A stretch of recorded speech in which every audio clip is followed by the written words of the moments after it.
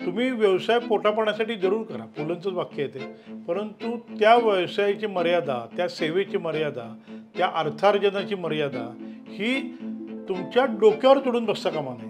त्या एकदा ट्रेकबरोबर माझ्यावर होत्या आणि मी जे काही सांगायला लागलो, बा हे पान दिसते, हे झाड दिसते, ह्याच्याबद्दल मी काही सांगायला लागलो, पक्षी उडताना दिसला, सांगायला लागलो की हा पक्षी या खिंडीतनं पलीकडे जाऊन चीनमध्ये जाणार आहे, हा पक्षी सायबेरियात जाणार आहे, असं मी सांगायला लागलो. त्यावेळी तुम्ही तू हे लिहिलं पाहिजेस. मग आम्ही लिहायला लागलो. मग त्यात माझं पहिलं एव्हरेस्टच्या पायथ्याशी नावाचं पुस्तक आलं. तर त्या चक्राच्या भागामध्ये आपण कुठेतरी जायला पाहिजे आणि त्यानुसार आपण वागायला पाहिजे. म्हणून मी प्रकाश आमटेंना पत्र लिहिलं होतं. तुम्हाला आश्चर्य वाटलं, 84 साली सुरभी नावाचा कार्यक्रम सुरू झाला, त्यावेळी मी त्यांना पत्र लिहिलं. शेवट हा एखाद्या ऋषीचं कुळ विचारू नये किंवा नदीचं मूळ विचारू नये म्हणतात, पण ट्रेकर हा फक्त तेच विचारत असतो. तर ही परिक्रमा सुरू होती समुद्र सपाटीपासून 50 ते 60 मीटर उंचीपासून, आणि आपण जातो सर्वोच्च पॉईंट जो असतो आपला, जिथं आपण समिट असतो, आपण म्हणू शिखर असतो, ते 5-5.5 हजार मीटरवर असतो. पुस्तकामध्ये एक बिनपायच्या गिर्यारोहकाचा उल्लेख होता. मग तो कुठं आहे म्हणून मी न्यूझीलंडला गेलो, ऑस्ट्रेलिया. न्यूझीलंडला आम्ही ट्रेकिंग पण केलं आणि त्यालाही भेटलो आणि त्याच्याकडनंही बरंच काही शिकलो. पण त्याच्यावरही माझं पुस्तक आलं. सजीव सृष्टी कशी निसर्गाला अनुसरून बदल स्वतःवर घडते हे मला गॅलापागोस बेटावर गेलो त्यावेळी कळलं. गॅलापागोस बेटावर जायला तुम्हाला 5 विमानं मुंबईपासून बदलावी लागतात. 5 विमानं बदलून 3 खंड बदलावे लागतात. तू भारतीय आहेस, तू माझ्या पाया पडणार आहे, मला मान्य आहे, पण मी माझे पाय काढून तुझ्या हातात देतो. म्हणून त्यांना पटकन पाय दोन्ही लोखंडी पाय त्याचे काढले माझ्या हातात दिले. तर पोटाची जी एंडोस्कोपी असते त्या एंडोस्कोपीची आम्ही 5-6 जिल्ह्यांची एक संघटना केली आणि ती भारतातलीच नव्हे तर आशियातली सर्वात मोठी पोटविकार तज्ज्ञांची संघटना आहे. ह्या रॅट रेसमध्ये आपण सगळं करतोय कशासाठी हे विसरून जाऊ नका.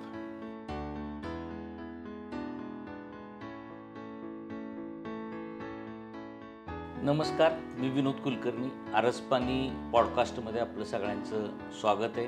आपण आरसपानी पॉडकास्टला दिलेल्या प्रतिसादाबद्दल मी आपल्या सर्व रसिक प्रेक्षकांच्या विषयी कृतज्ञता व्यक्त करतो. आणि आरसपानी पॉडकास्टमध्ये आपण नितळ, पारदर्शक किंवा ज्यांच्या तळाचा शोध घेता येईल अशी जी व्यक्तिमत्व आहे त्यांचं जीवन प्रवास उलगडण्याचा प्रयत्न करतो आहे. आजच्या आपल्या आरसपानीच्या ह्या भागामध्ये साताऱ्यातील शल्य चिकित्सक किंवा डॉक्टर म्हणून ज्यांचं एक वेगळं नाव आहे असे डॉक्टर संदीप श्रोत्री आलेले आहेत. डॉक्टर संदीप श्रोत्री यांचं वैशिष्ट्य असं आहे की डॉक्टर संदीप श्रोत्री हे फक्त डॉक्टर नाहीत तर ते लेखकसुद्धा आहेत. आणि लेखक म्हणून त्यांची कारकीर्द फार गाजलेली आहे.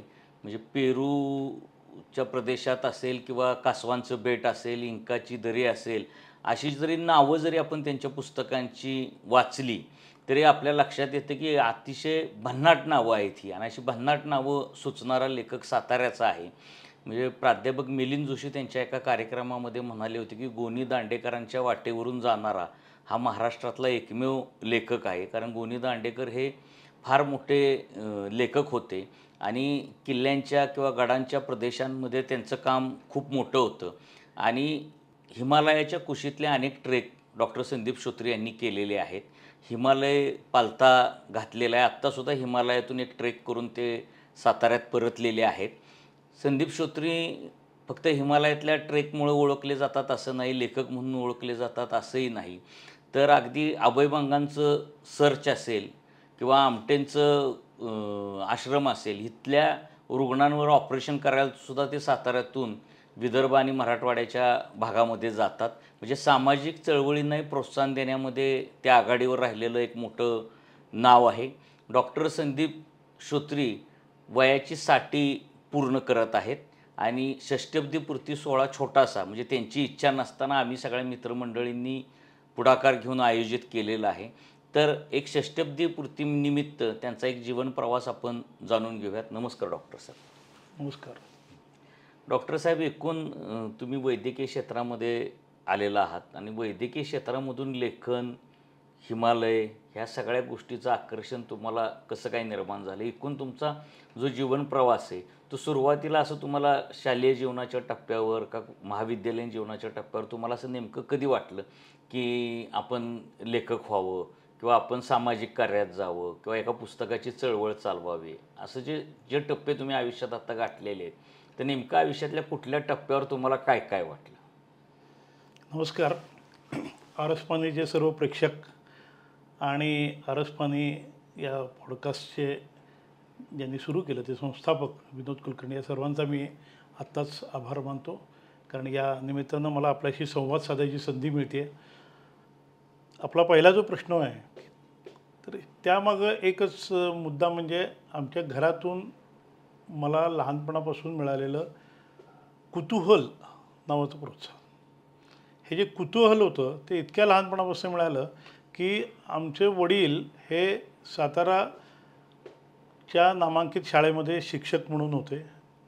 आई पण हेडमिस्ट्रेस म्हणून शाळेमध्ये होती आणि त्यांच्याकडं बरंचसं सहल विभाग असायचा आणि त्यांच्या सहलीबरोबर आम्ही जायचो. विद्यार्थी म्हणून जायचो, कधी मुलगा म्हणून जायचो, परंतु आम्ही फिरायचो खूप. आणि फिरताना आमचे वडील कधी सरळ वाटेनं आम्हाला कधी नेलेलं नाही त्यांनी.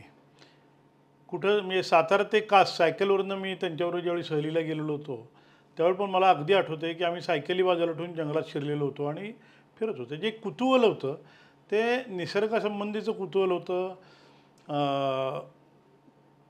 मला त्यावेळी वडिलांच्या तोंडून ज्या कविता मी ऐकायचो त्या कवितांचंसुद्धा माझं पाठांतर व्हायचं आणि त्याबद्दल कुतूहल होतं की या कविता जन्माला कशा येतात लोकांच्याकडनं, कवींच्याकडनं वगैरे. असं हे लहानपणाचं हे होतं. शाळेमधनं सुद्धा मी 5-5:30ला घरी आलो की आमचं घर अजिंक्यताऱ्याच्या अगदी पायथ्याला खुशीत अदालतवाड्याच्या पायथ्याशी, अदालतवाड्याच्या अगदी समोर. त्यामुळे वडील 7-7:30पर्यंत असतोपर्यंत माझ्याबरोबर माझे 20-25 मित्र असायचे आणि नंतर ते आमचे वडील इंग्रजी शिकवायचे. म्हणजे मधले 1.5-2 तास आम्ही अजिंक्यताऱ्यात जायचो आणि तिकडे काहीतरी लुडबुड तिथं खेळत बसायचो किंवा काही बघायचं. मला अगदी अजूनही आठवते कितीतरी वेळा साप, नाग, अगदी मोठे मोठे घोणस बिणस सगळे आमच्या समोर असं आम्ही बघितलेलं आहेत. दगडफूल कशी खरवडून काढायची, त्यांची वय मला एकदा वडिलांनी सांगितलं हे दगडफुलाचं वय 200 वर्ष असेल म्हणले. असं काय काय सांगायचे आहे. तो मुद्दा नाही आहे, पण लहानपणापासून तसं होतं. पण साधारण आपण 11वी-12वीमध्ये शिरलो आणि थोडंफार वर्गामध्ये शाळेमध्ये हुशार असलो की आपल्या मागं ते एक घोड्याची झापड लावल्यासारखं अभ्यासासाठी हे करतात. आणि त्यात माझी बरोबर 12वीनंतर मेडिकलला जाणं मलाही वाटत होतं आणि गेलो पण तसा. तर त्यावेळेला 10 वर्ष आपली झापड लावल्यासारखी आपण त्या अभ्यासाच्या रॅट रेसमध्ये शिरतो. आणि ज्यावेळी मी MS करून आलो त्यावेळेला ते साल होतं 1991 आणि त्या 1991ला ज्यावेळी आम्ही साताऱ्यात देवी चौकात दत्तकाशी म्हणून हॉस्पिटल सुरू केलं तर त्यावेळेला मला लक्षात आलं की आपण या एका वेगळ्या विश्वामध्ये आपण ज्या सुरू करतो आहे तो समाजसेवेचा तर भाग आहेच, पण त्या जोडीला आपल्याला ह्या व्यवसायाचा, व्यवसाय म्हणत नाही मी आता, आपण सेवा म्हणतो आपण, तर सेवेचा वापर करून आपल्याला निसर्गाच्या कुशीत अनेक शिरता येईल.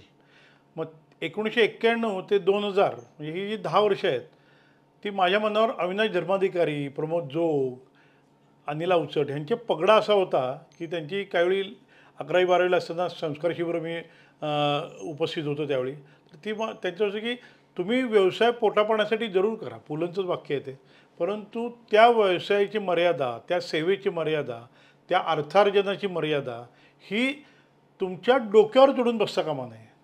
तुम्ही व्यवसाय हा तुमच्या आवडीनिवडी जोपासण्यापुरता करा आणि त्यानंतर तुम्ही आवडीनिवडी जोपासा. आणि त्यातून हा वैद्यकीय व्यवसाय पडला. त्यामुळं मला अनेक सामाजिक जे सेवक आहेत त्यातले बरेचसे लोक ही डॉक्टर आहेत आणि डॉक्टरकीचा व्यवसाय, डॉक्टरकीची सेवा ही नेहमी समाजसेवेच्या अधिकाधिक जवळ जाणारी असते. तर तो जेवढा पगडा बसला की मी असं ठरवलं होतं की 10-10 वर्ष आपल्या आयुष्याची भाग करून दर 10 वर्षांनी आपला फोकस जो असतो तो आपण बदलायला पाहिजे. मग साधारण 1991ला मी व्यवसाय सुरू केला आणि असा पगडा एक होता की वैद्यकीय व्यवसाय देखील तुम्ही 10 वर्ष बोर्ड लावून करा. 10 वर्षांनंतर तुम्ही बोर्ड काढून तुमच्याकडे किती, आता युग जाहिरातीचं आलं आहे हे मान्य आहे, पण त्यावेळेचा पगडा 1980-90 सालातला की तुम्ही जाहिरात करू नका, तुमच्या व्यवसायाचा फलक देखील लावू नका, तुमच्याकडे जेवढे पेशंट असतील तेवढे तुमचे समजा. तसं आम्ही केलं नाही, आम्ही फलक लावला, जाहिरातबाजी केली नाही, परंतु आम्ही मेडिकल कॅम्प 1999-2000 पासून घ्यायला लागलो. आणि त्यामध्ये पहिलं माझा जो लहानपणापासून जे माझा ओढा होता तो ओढा निसर्गामधील प्राणी, पक्षी, झाडं आणि माणूस यांची कुठेतरी सांगड घालायला पाहिजे, कारण आपण त्या चक्राचा एक भाग आहोत. तर त्या चक्राच्या भागामध्ये आपण कुठेतरी जायला पाहिजे आणि त्यानुसार आपण वागायला पाहिजे. म्हणून मी प्रकाश आमटेंना पत्र लिहिलं होतं तुम्हाला आश्चर्य वाटलं 84 साली सुरभी नावाचा कार्यक्रम सुरू झाला त्यावेळी मी त्यांना पत्र लिहिलं की मला तुमच्याकडे यायचं आहे. तर ते म्हणले तू इतका लहान आहेस, तू ज्यावेळी मेडिकलला मी गेलोच होतो त्यावेळी डॉक्टर होशील त्यावेळी तू मला संपर्क कर. 91 साली मी परत पत्र लिहिलं की मी आता MS झालो आहे. तर ते म्हणले तू ये आधी आनंदवनमध्ये ये आणि तिथून 250 किलोमीटर हेमलकसा आहे, तिथं आठवड्यातनं एकदाच ट्रक येतो, त्या ट्रकबरोबर तू पुढे ये असं त्यांनी मला सांगितलं. नंतर मग आमची भेट झाली, ते इकडं आले, मी ते यांच्याकडे कॅम्प घेतो, तो भाग वेगळा. परंतु 91 साला ते 2000 सालापर्यंत आम्ही हॉस्पिटलमध्ये आमच्या हॉस्पिटलसाठी म्हणून काम करत होतो. 2000 सालानंतर मात्र मी असं ठरवलं की आपण थोडंसं काही ना आपले जे छंद आहेत, आवडीनिवडी आहेत, त्या जोपासण्याच्या दृष्टीने प्रयत्न करू. आणि घरातही मला पाठिंबा होता, नशिबानं माझ्या बायकोचाही मला पाठिंबा होता. मग त्यामध्ये मी रानवाटा नावाची संस्था आम्ही सुरू केली. ती 2000 साली 1999 साली मी आणि डॉक्टर करंबेळकर त्यांची खरी प्रेरणा येते. तर करंबेळकर मी भिडे म्हणून होते, आम्ही अशी ती सुरू केली 2000 सालापासून. त्याचवेळी आम्ही असोसिएशन ऑफ हॉस्पिटल ओनर्ससुद्धा मी सुरू केली. त्या सुरू करण्यामध्ये मुख्य हेतू हा होता की हॉस्पिटलसाठी जे स्टाफ लागतो त्या स्टाफला आपण ट्रेनिंग द्यायचं आणि रुग्ण कल्याण समिती सुरू करायची की जी पेशंट भांबवलेले असतात, कुठल्या हॉस्पिटलला जाऊ, कशाकडे जाऊ, काय त्यांना नीट कल्पना, तर त्यांना एक मार्गदर्शन सुरू करायचं. अशा दृष्टीने आम्ही ते सुरू केलं होतं. आणि अर्थात आपल्यालाही कल्पना आहे जैव वैद्यकीय कचरा निर्मूलन प्रकल्प अशासाठी सुरू केली होती. त्याचवेळी मी सातारा सर्जन सोसायटी सुरू केली.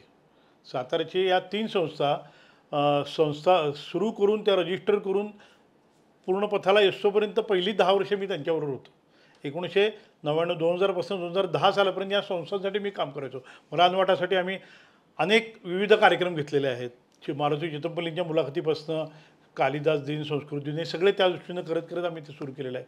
असोसिएशन हॉस्पिटल ओनर्सतर्फे बायोमेडिकल वेस्टचा जो प्रोजेक्ट आहे तो फार सुरळीत आणण्याचं काम त्यावेळी केलेलं आहे.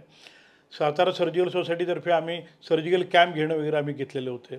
आणि हेमलकसा आणि सर्च म्हणजे अभयभंगांचं प्रकाश आणि ही सुदूर जी महाराष्ट्राच्या पूर्व टोकाला जी आहेत तिथं आम्ही वर्षातनं एकदा जाऊन ऑपरेशनचे कॅम्प घेणं, साताऱ्यातील ज्येष्ठ नागरिकांसाठी महिन्यातनं एक त्यांच्यासाठी काम करणं.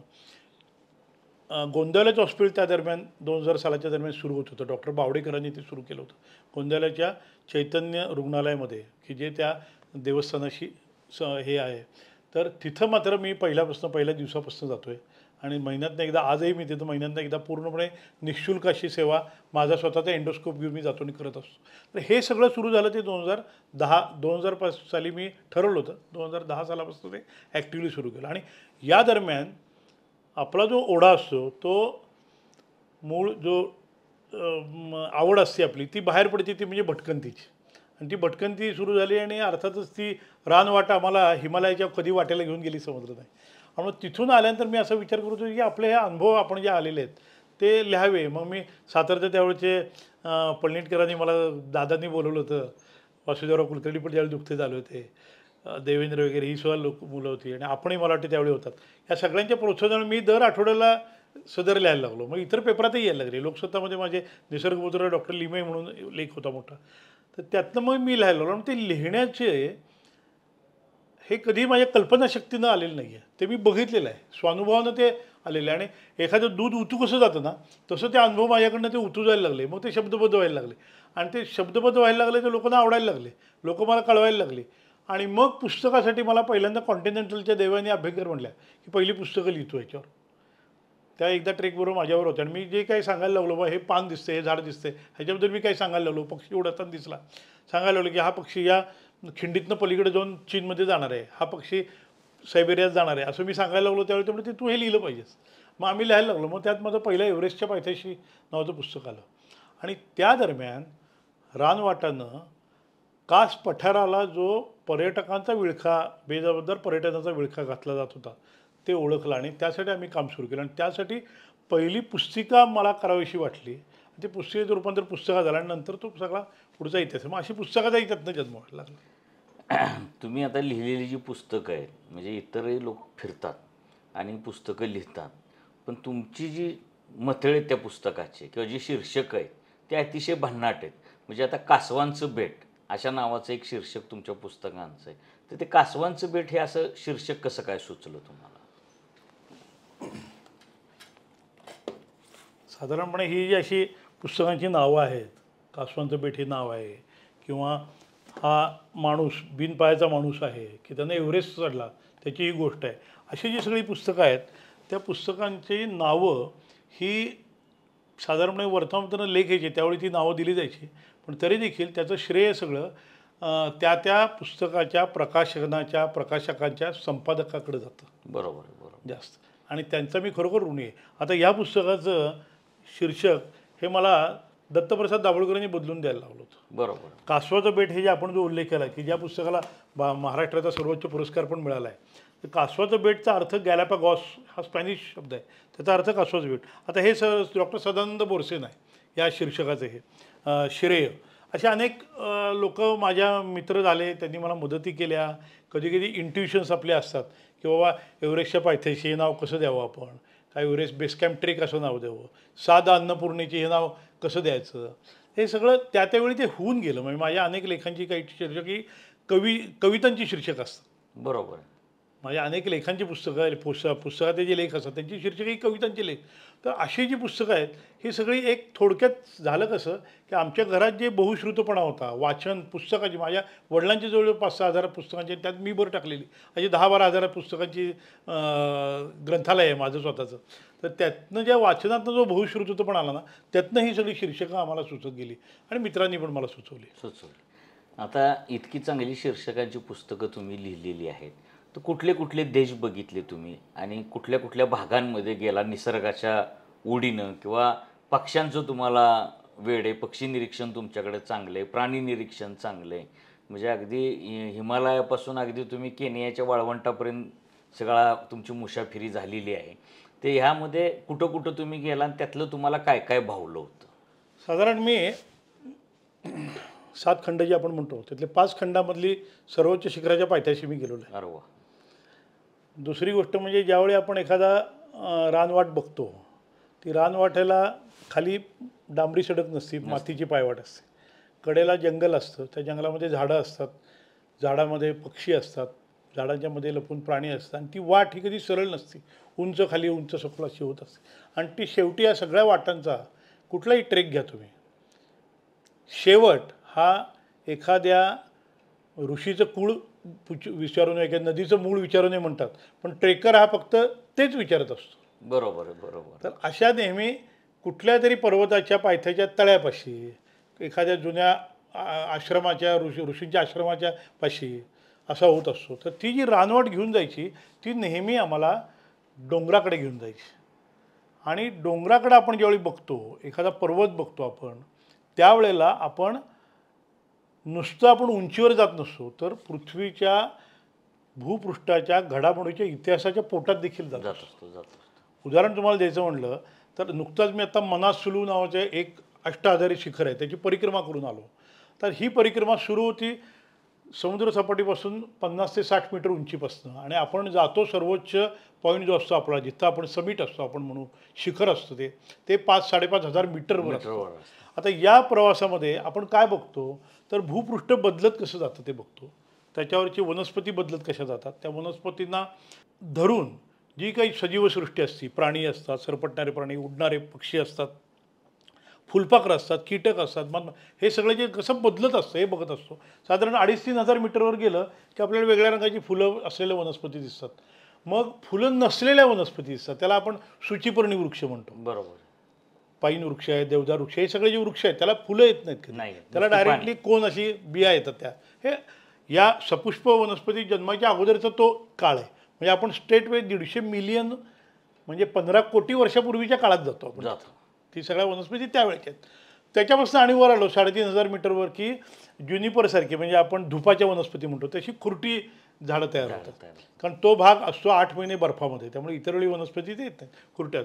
आणि त्याच्यावर आपण आलो 4,000 मीटरला की तिथं झाडच नसतं, मग थोडेफार गवत असतं, काही वेळा गवतही नसतं, अशा ठिकाणी येतो. आणि त्याच्यावर आलं की ते बर्फातच असतो. आम्ही सुद्धा आता उन्हाळ्याचं भर उन्हाळ्यामध्ये शेवटचे 3 दिवस आम्ही बर्फाच्या गुडघ्यावर बर्फामध्ये काढलेले आहेत. ते जवळ 15-16 किलोमीटर आम्ही चाललेलो आहे.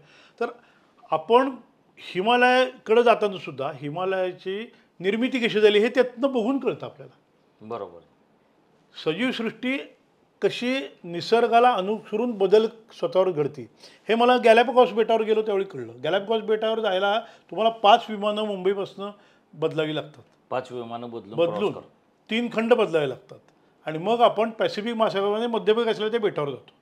आज नकाशाच्या ह्याच्यावर एक नखा एवढं सुद्धा त्याचं बेटा अंतर नाही, पण त्या बेटावर ती बेटं म्हणजे प्रयोगशाळा आहे.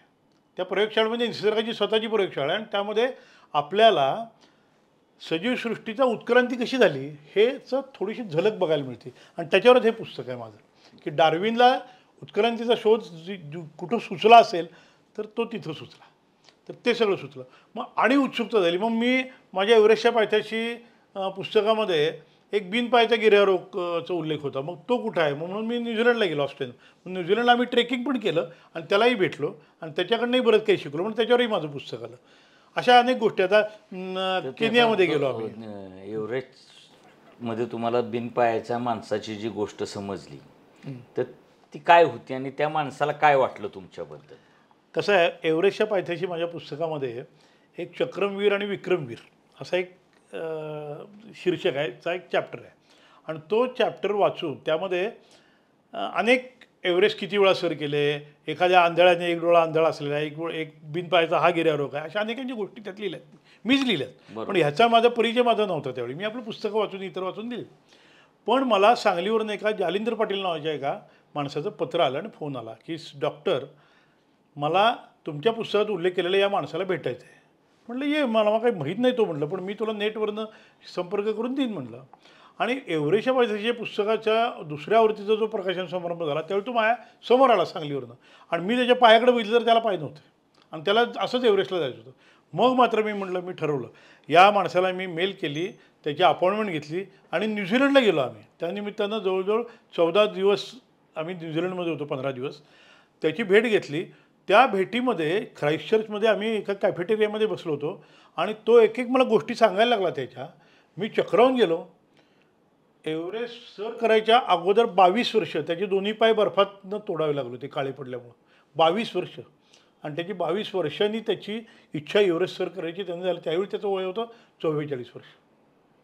44 वर्षी एव्हरेस्टला कोण जात नाही शक्यतो, क्वचित जातात, पण त्यानं ते सर केलं होतं. आणि तो असं म्हटला की एव्हरेस्ट शिखरावर मी असताना माझ्यासमोरचं आयुष्याचं एव्हरेस्ट वेगळंच होतं.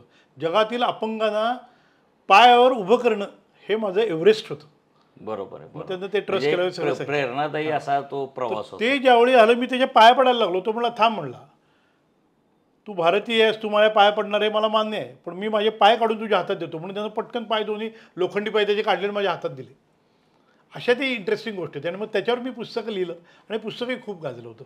अशी त्याची जन्मकथा आहे. निसर्गाचं वेळ हे डॉक्टर श्रोत्रेंना कुठं कुठं घेऊन गेलं त्याचा हा सगळा एकूण प्रवास आहे. पण डॉक्टर म्हणून जास्त समाधान वाटतं का लेखक म्हणून जास्त समाधान वाटतं? म्हणजे तुम्ही समाधानी आयुष्य म्हणजे सुखी आयुष्य वैद्यकीय व्यवसायाने कदाचित दिले का तुम्हाला, आणि समाधानी आयुष्य लेखक म्हणून मिळाले का दोन्हीत तुम्ही समाधान शोधता? समाधान कशामध्ये? कसं आहे, अनेक संस्कारांचा हा पगडा असेल, पण तुम्हाला असं एक वाक्य छान आहे की if you want to live as if you are going to die tomorrow, and if you want to learn live as if you are living forever. तर तसं एखाद्या गोष्टीच्या मला कुतूहल वाटलं तर त्याच्या अगदी मुळापर्यंत मी जायचो आणि ते समाधान मला जास्त मिळतं. मग ते आमच्या वैद्यकीय क्षेत्रातसुद्धा. वैद्यकीय क्षेत्रामध्ये तुम्हाला आश्चर्य वाटेल, पोटाचा एंडोस्कोपी हा माझा आवडीचा टॉपिक. तर पोटाची जी एंडोस्कोपी असते त्या एंडोस्कोपीची आम्ही 5-6 जिल्ह्यांची एक संघटना केली आहे आणि ती भारतातलीच नव्हे तर आशियातली सर्वात मोठी पोटविकार तज्ज्ञांची संघटना आहे आज. आणि त्यामध्ये मुंबईच्या 2 इन्स्टिट्यूटचा एका मी फॅकल्टी म्हणूनही काम करतो, शिकवायला पण तिथं जातो.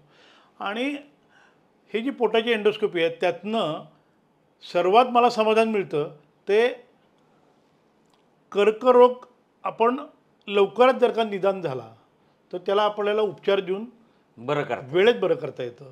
असे ज्यावेळी मला पेशंट भेटतात त्यावेळी मला माझ्या शिकण्याचं समाधान मिळतं. आमचं इथं शेजारीत आपल्या दत्तकाशी हॉस्पिटल आहे. दत्तकाशी हॉस्पिटलमध्ये सुद्धा आम्ही तेच पथ्यपाणी पाळलं की एखाद्याला घास अडकत असेल, एखाद्याला उलट्यासारख्या होत असेल, एखाद्याला रक्तस्राव होत असेल तर त्याला मी माझे पैसेच विचारत नाही. त्याला जेवढे आहे तेवढे दे म्हणतो, पण तुझ्यावर पहिलं उपचार करणं गरजेचं आहे. गरजेचं. आणि त्यातूनच मी गोंधळाच्या हॉस्पिटलला पण जातो, त्यातूनच मी सर्च सारख्या ठिकाणी, हेमलकसासारख्या ठिकाणी माझ्यापेक्षा सिनियर जे डॉक्टर्स आहेत, जे मला शिकवणार आहेत, त्यांच्या मागं डॉक्टर अमित मायदेव आहेत, डॉक्टर राजेश धरमसिंह आहेत, ह्यांच्या मागं लागून मी तिथं एंडोस्कोपी सेंटर सुरू केलं आहे. आणि मी ज्यावेळी तिथं जातो तिथं पण एंडोस्कोपीच करत असतो, की 2 मिनिटाची ती प्रोसिजर असते, पण आपल्याला फार मोठं काय अगोदर आपल्याला सांगून जाते. तर अशात तर हे जे समाधान आहे तेच समाधान मला निसर्गामध्ये एकांतात सुद्धा मिळतं, की मला जे साध्य करायचं. एखादी मुंगी आपल्यासमोरून जात असते. आता ॲमेझॉनमध्ये जंगलात मी फिरलो, एक मुंगी झाडाचा एक तुकडा पानाचा घेऊन जाताना दिसली. मी थांबलो तिथं, त्याच्या मागं दुसरी मुंगी होती, त्याच्या मागं तिसरी मुंगी, अशी एक अर्धा किलोमीटर लांबीची 500 मीटर लांबीची रांगच्या रांग तिथं जात होती. ह्या मुंग्या शेती करतात हे मला नंतर समजलं. पानं नेतात, वारुळात नेतात, त्या पानावर बुरशी करतात, बुरशी वाढवतात. ते बुरशीची अंडी असतात, स्पोर्स असतात, ते पण त्याच घेऊन जातात आणि त्या पानावर शेती करतात. आपले खरे जे निसर्गातले आद्य शेतकरी कोण आहेत, तर ते मुंगे आहेत. मुंगे हे सुद्धा अशा कुतूहलानं समजतं. आणि अशी कुतूहलं ज्यावेळी मला उलगडली जातात माझ्यासमोर ना, ते खरं माझं समाधान असतं. मग ते कधी एकदा तुम्हाला सांगतोय, यांना सांगतोय, त्यांना सांगतोय, असं होतं आणि मग ते पुस्तकात त्यातनंच पुस्तकाचा निर्मिती होतं.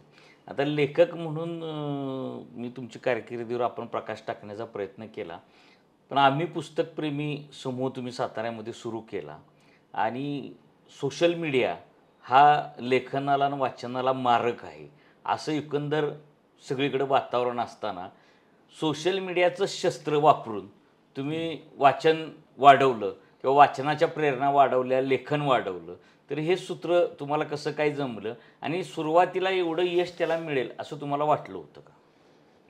गंमत अशी झाली, ज्या वेळेला माझ्या पुस्तकांना जी पत्रं यायची त्यातनं मला ते एक साधारण आजसुद्धा मला मेल आलेले आहेत. आता ती पत्रं यायच्याऐवजी मेल सुरू झाल्या. बरोबर. मेल यायच्याऐवजी SMS यायला लागले, की मी तुमचं पुस्तक वाचतोय, या शंका आहेत मला, किंवा आणि मला बरा वाटला, आवडलं वगैरे.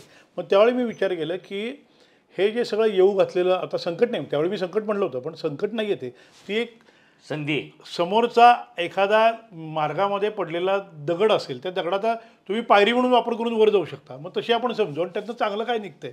तर त्यात मला असं समजलं की नवीन पिढी ही म्हणजे बाबासाहेब पुरंदरेंचा माझ्यावर फार मोठा पगडा आहे. बाबासाहेब पुरंदरेंनी मला 4-5 गोष्टी सांगितल्या. त्यातली एक गोष्ट अशी सांगितली होती की नवीन पिढीला जुळून राहता येईल असं तू वाग. बरोबर. जो चालतो त्याचं नशीब चालतं, तू रोज चालायचा प्रयत्न कर. अशा अनेक गोष्टी त्यांनी सांगितल्या. तर ही नवीन पिढीवर चालायचं काय करायला पाहिजे, तर मग मोबाईल आहे, पॅड, त्यावेळी आयपॅड येऊ घातली होती, कॉम्प्युटरचे जरी लॅपटॉप वगैरे, तर त्यावेळी अगदी रुटीन झालं ते. हे सगळं 8-10 वर्षातलं आहे. त्यावेळी मी असं ठरवलं की मुलं जर का इकडे जात असतील तर त्यांना आपण त्याचाच वापर करून पुस्तकाकडे वळवलं पाहिजे. मग ते त्यांनी भले किंडलवर पुस्तक वाचलं तरी चालेल, पण पुस्तक वाचलं पाहिजे. नाहीतर आपण आज असं करतो की आपला मेंदू गहाण टाकतो सगळीकडं. आपल्या आता पूर्वी टेलिफोनच्या डिरेक्टरी पाठ असलेली माणसांचे सत्कार व्हायचे.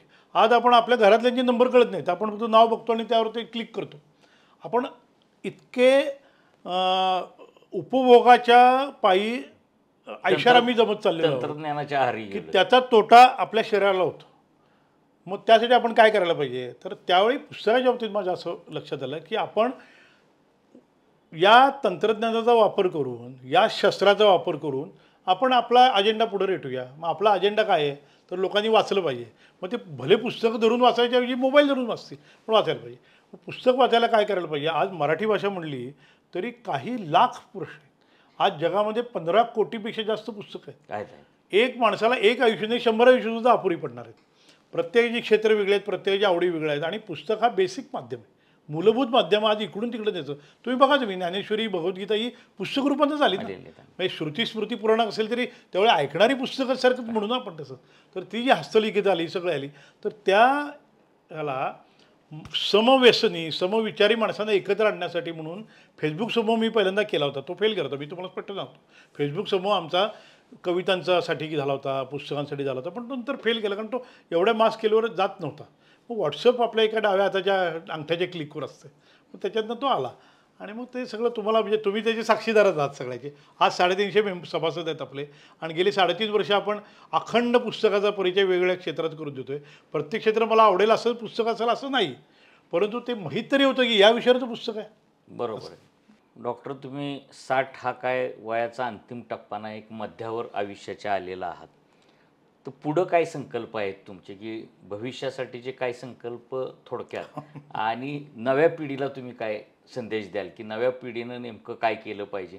कारण आजची पिढी ही व्यवसायाला आणि पैसे कमवायला महत्त्व देते, मग त्यातनं आनंद हरवतोय, दुःख येतंय, आणि मग त्यांनी काय करावं? आणि तुमचं आता 60 नंतरचं आयुष्य कुठल्या वाटेवर जाणार आहे, किंवा काय ठरवलं आहे का तुम्ही? जशी तुम्ही ही इतकी पुस्तकं लिहिली, किंवा मार्क इंग्लिशसारखा माणूस मराठी भाषेमध्ये तुम्ही आणला, असं काही तुम्ही ठरवलं आहे का नवीन काहीतरी करायचं? कसं आहे, बऱ्याच गोष्टी या न ठरवता झाल्यात. फक्त एक ठरवलेली गोष्ट माझी होती नक्की, की दर 10 वर्षांनी आपल्या आयुष्याकडं पुनरावलोकन करायचं, वळून बघायचं आपल्याचकडं, आणि आपण करतो ते योग्य केले का आणि पुढं काय करायचं ते ठरवायचं. त्यानुसार साधारण वयाच्या 15व्या वर्षी मी 10वी झालो. 30व्या वर्षी मी 29व्या वर्षी हॉस्पिटल सुरू केलं. 40व्या वर्षी 2 संस्था 3 संस्था आमच्या ज्या त्या पुढं आणायच्या, त्यातनं मी बाहेर पडायचा प्रयत्न केला थोडासा. या मधली 10-12 वर्षामध्ये माझी 14 पुस्तकं आली. आता इथनं पुढच्या आयुष्यामध्ये साधारणपणे माझा विचार असा आहे, की गेले 3 दशकामध्ये हॉस्पिटल सुरू करून मला 33 वर्ष झाली. पहिल्या वेळी मी दिवसाचे 24 तास, वर्षाचे 365 दिवस हॉस्पिटलमध्ये होतो. नंतर मी रविवार तरी सुट्टी घेऊ म्हणून आपण बंद करायला लागलो. शक्य नव्हतं ते, पण शक्य. आणि 15-15 दिवसाच्या सुट्ट्या घेऊन वर्षाचे साधारण 250 दिवस मी हॉस्पिटलमध्ये काम करायचो. नंतरच्या दशकात ते 150 दिवस काम करायला लागलो. मी असं ठरवलं की आपण शुक्रवार, शनिवार, रविवार रिकामं राहायचं, आपल्या आवडीसाठी करायचं, सोमवार ते गुरुवार काम करायचं. तर आठवड्यातले 3 दिवस जर का मी, तर ऑटोमॅटिकली 150 दिवस माझे कमी झाले. 15-15 दिवसाचे कमीत कमी बाहेरच्या एक्सप्लोअर करण्याच्या ट्रिप काढायच्या. मग त्या कुठेतरी निसर्गाच्या गोष्टीच असतात, आपल्याला कल्पना आहे. आणि आता माझा असं प्लॅन आहे की साधारणपणे दिवसाचे हॉस्पिटलचे 8 ते 12 तासाच्या ऐवजी मी 3 ते 4 तास काम करीन, आणि उरलेला वेळ माझं वाचन आणि त्यातून निर्माण होणारं लेखन आणि भटकंती यासाठी देणार, असं माझं इच्छा आहे. गरुने तसा हे होतं. आणि माझं खरोखर इतरांना सुद्धा सांगणं आहे की तुम्ही ह्या रॅट रेसमध्ये आपण सगळं करतोय कशासाठी हे विसरून जाऊ नका. रोज संध्याकाळी तुम्ही तुमच्या त्या दिवसभराच्या तुम्हाला जे काही तुम्ही कमावलं असेल, गमावलं असेल, त्याकडं पुन्हा एकदा बघा आणि असं ठरवा की हे सगळं मी करतोय कशासाठी करतोय. माझ्या स्वतःसाठी करतोय, माझ्या कुटुंबियांसाठी करतोय, माझ्या समाजासाठी करतोय का, आणि माझ्या देशासाठी करतोय का, पूर्ण लोक जातीसाठी करतोय तुम्ही, आपण असं निसर्गासाठी करतोय. हे जर का तुम्ही ठरवलं तर आपोआपच तुम्ही कधीही वाममार्गाला तुम्ही लागणार नाही, व्यसनाला तुम्ही लागणार नाही. तुम्ही तुमच्या बुद्धीचा वापर, बुद्धी सगळ्यांना सारखी असते. उत्क्रांती सांगते प्रत्येकात जीन तेच आहेत, तेवढेच आहेत, फक्त त्याचा वापर हा सरळ मार्गाने होतो आहे का वाकड्या मार्गाने होतो आहे. तर ते जे प्रोग्रॅमिंग आपल्या डोक्यात आहे, ते प्रोग्रॅमिंग असं व्हायला पाहिजे की एक ठराविक वेळ आली की आपण त्यातनं बाहेर पडायचं, हे आपण शिकलं पाहिजे. भले 4 दिवस पुढं होतील, 4 दिवस मागं होतील, पण माझ्या तरी बाबतीत मी तसं ठरवलं की भरपूर वाचन, भरपूर भटकंती आणि भरपूर लेखन हे आपोआप नंतर होणारच आहे, हे करावं. डॉक्टर संदीप श्रोत्री यांच्या जीवनावर आपण काही प्रकाश टाकण्याचा प्रयत्न केला. एका पॉडकास्टमध्ये उलगडणारं डॉक्टर श्रोत्री हे व्यक्तिमत्व नाही. म्हणजे आपण जर आता त्यांच्या मुलाखतीमध्येच किंवा त्यांच्या गप्पांमध्ये जर ऐकलं असेल तर डॉक्टर असं म्हणाले की एव्हरेस्ट पाय नसलेला माणूस जो एव्हरेस्टच चढला, त्याने आपले पाय काढूनसुद्धा डॉक्टर श्रोत्रींच्या हातात ठेवले होते. म्हणजे हा जो काय अनुभव आहे, त्यांनी जे सांगितलेले अनुभव आहे, म्हणजे 14 पुस्तकं लिहिणारा हा लेखक आहे. आणि ह्या लेखकाचं एक एक पुस्तक म्हणजे आपलं अख्खं आयुष्य जगल्यानंतर जो अर्थ आपल्या आयुष्याचा आपल्याला समजतो, तो एक पुस्तक वाचल्यानंतर डॉक्टर श्रोत्रींचं आपल्याला आपल्या जीवनाचा अर्थ समजू शकतो. इतका भन्नाट लेखक आहे आणि तो सातारचा आहे. तो आपल्या आयुष्याची षष्ट्यब्दीपूर्ती आज साजरी करतो आहे. आणि ह्या टप्प्यावर त्यांचं असं म्हणणं आहे की तुम्ही आयुष्य कसं जगा, तर तुम्हाला जे आवडेल त्या पद्धतीनं जगा. आयुष्यातली 10 वर्ष गेल्यानंतर मागं वळून बघा आणि आपल्या जीवनामध्ये आपण काय मिळवलं त्याचं एक तुम्ही ताळेबंद मांडा. आणि त्या ताळेबंदामध्ये नेमकं आपण स्वतःसाठी किती जगलो आणि वेगळ्याच गोष्टींसाठी किती जगलो ह्याचा हिशोब मांडा, म्हणजे तुम्हाला सगळ्या गोष्टी समजतील. डॉक्टर श्रोत्रींशी आज आपण षष्ट्यब्दीपूर्ती असल्यामुळं विषय घेऊन किंवा एखादं पुस्तक घेऊन बोललेलो नाही, पण भविष्यामध्ये आपण डॉक्टरांशी एखाद्या विषयावर किंवा एखाद्या पुस्तकाच्या त्यांच्या विषयावर निश्चितपणे गप्पा मारू. डॉक्टर, तुम्ही आम्हाला बहुमोल तुमचा वेळ दिला त्याबद्दल धन्यवाद. धन्यवाद. माझे पण मनापासून आभार.